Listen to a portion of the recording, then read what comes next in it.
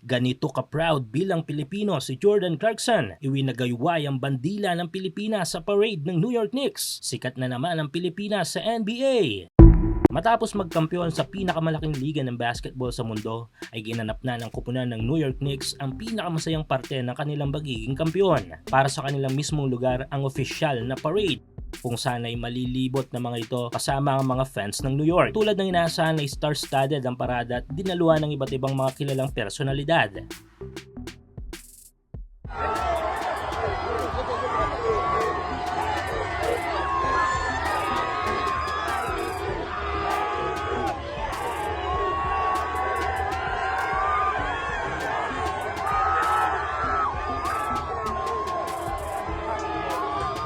Pero maliban sa mga Knicks players at mga Knicks fans, ay may isang player na talaga namang pumukaw sa atensyon ng NBA media at sa mismong New York Knicks. Ito nga yung ating kababayan na si Jordan Clarkson, kung sana ay sa gitna ng parade ay winagayway ni kabayang Jordan Clarkson ang bandila ng Pilipinas.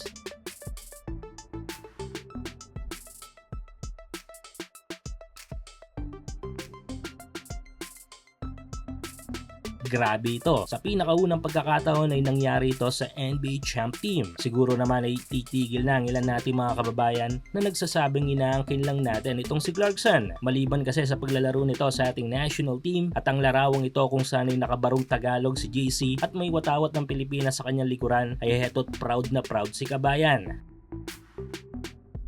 Bago nito ay nakausap pa ni Clarkson ang People's Champ na si Manny Pacquiao kung saan ay kinongratulate pa nga ito ni Pacman.